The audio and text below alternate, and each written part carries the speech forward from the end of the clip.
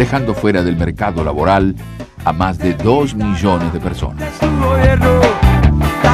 La marcha federal en el 94, que va a recoger toda esta fuerza y las luchas de la rebelión federal, ya marca una nueva etapa y el comienzo del fin de la era de Menem, donde ya no nos convence más. Ya empezamos a recuperar la calle, empezamos a recuperar la Plaza de Mayo. Quizás no se prestó debida atención que la reconversión económica necesitaba una protección social de los sectores que quedaban marginados del proceso económico.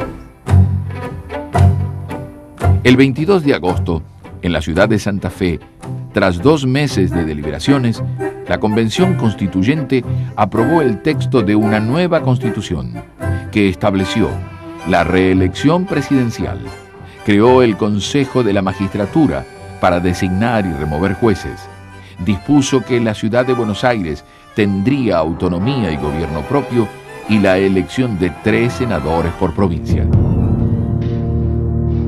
El jefe del Estado Mayor del Ejército, general Martín Balsa, reconoció públicamente que los militares cometieron delitos graves durante la última dictadura. La autocrítica de Balsa no cayó bien entre los generales retirados que lo expulsaron del círculo militar, presidido por el exministro de Planeamiento de la dictadura, Ramón Díaz Besone. Adolfo Scilingo, un ex capitán de la Armada, le confesó al periodista Horacio Berbitsky los detalles de los llamados vuelos de la muerte, en los que efectivos de la Marina arrojaban a los desaparecidos, esposados y aún con vida, a las aguas del Río de la Plata y del Océano Atlántico, desde helicópteros y aviones. En las elecciones efectuadas el 14 de mayo de 1995, Menem fue reelecto presidente de la nación. El radicalismo, muy desprestigiado tras la firma del Pacto de Olivos, realizó la peor elección presidencial de su historia, ocupando el 3er puesto con el 17% de los votos, tras el Frente del País Solidario, FREPASO, que con la fórmula José Octavio Bordón y Chacho Álvarez obtuvo el 29%. Hace 6 años, un exfuncionario de este gobierno reconoció que si se dejaba de robar 2 años, el país se salvaba. Ya estamos en 1995. ¿Se imagina 4 años más de lo mismo? Para ganarle a Menem en primera vuelta, mejor Bordón Álvarez. Los analistas políticos hablaban del voto cuota. Lo económico y el pánico a la vuelta de la hiperinflación volvieron a primar en la decisión de los electores más que cualquier otra consideración ética o política. En el 95, Menem ganó con una mayoría aún más holgada que la que lo había consagrado triunfador en 1989. Aún en el contexto del crecimiento, los índices de desarrollo social se deterioraban aceleradamente en casi todos los rubros, en educación, en salud pública, en seguridad, en calidad de vida, en niveles de ingreso, pero eso, digamos, no llegó a contener esta especie de consenso pragmático que se llegó a llamar a la Argentina el voto cuota, ¿verdad? Porque posibilitó el acceso al consumo a sectores que habían sido muy duramente castigados durante mucho tiempo y que ahora gozaron de esta ilusoria estabilidad por un tiempo, y mientras eso duró, bueno, creó las bases para un consenso muy fuerte para el menemismo. Imagínate que la gente lo votaba porque le producía estabilidad para poder comprarse electrodomésticos y autos. Es decir, la gente le dio a su vida muy poco valor, a sus ilusiones muy poco valor. Entonces, Argentina tuvo muy poco valor, por eso se regaló, por eso quedó en manos de otra gente, por eso se apoderaron de gran parte de nuestras tierras, de nuestras empresas, de nuestras fuentes de trabajo, de nuestra cultura. El Fondo Monetario, lo mismo que el Banco Mundial, el BID y en general los gobiernos de los países más avanzados apoyaron el plan de estabilización de Argentina y el plan de reestructuración de deuda en el año 91, 92, 93.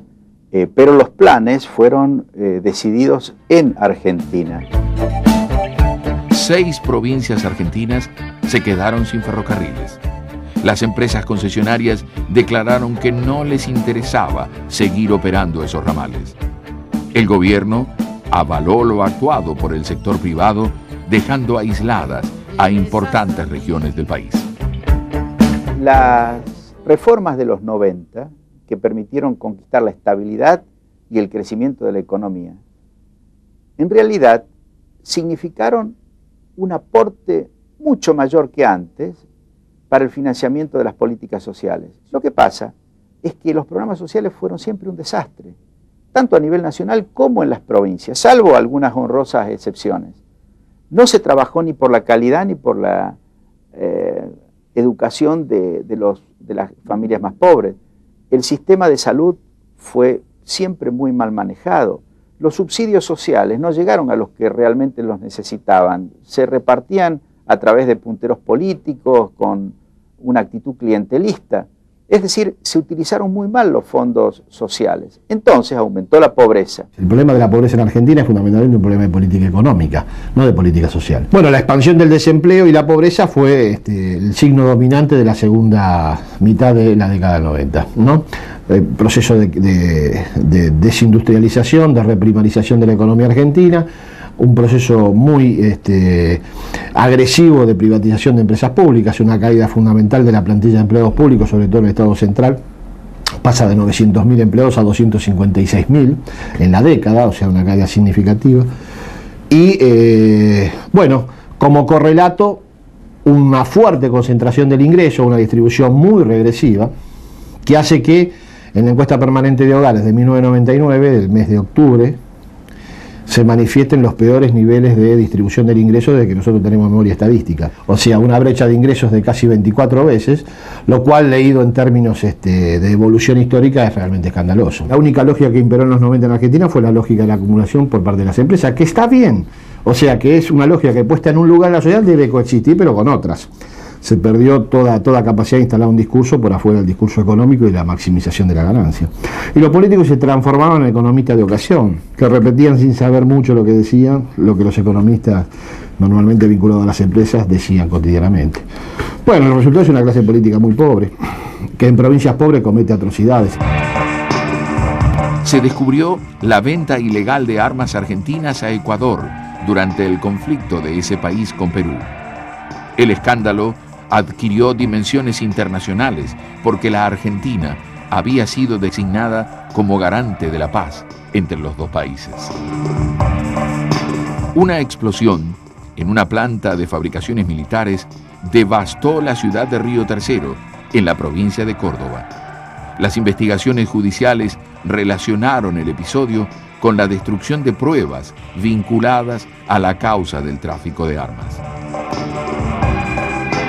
Por esa época se produjeron las primeras apariciones públicas de la agrupación Hijos por la Identidad y la Justicia contra el Olvido y el Silencio, integrada por descendientes directos de los desaparecidos. Hijos tuvo una activa participación en el acto de repudio a la dictadura militar que reunió a más de 100.000 personas en la Plaza de Mayo, al cumplirse 20 años del golpe del 24 de marzo de 1976. La aparición de Hijos dio un nuevo impulso a la lucha contra la impunidad e instaló en la sociedad una novedosa forma de protesta: los escraches, consistentes en señalamientos de domicilios de ex represores y la difusión de sus currículums. El 2 de abril de 1996, el juez federal Adolfo Bañasco dictó el procesamiento de 30 funcionarios de la empresa estadounidense IBM y del Banco de la Nación Argentina, acusados de estar involucrados en el pago y cobro de coimas, respectivamente, por un total de $37 millones para facilitar la firma de un contrato que beneficiaba a la empresa extranjera.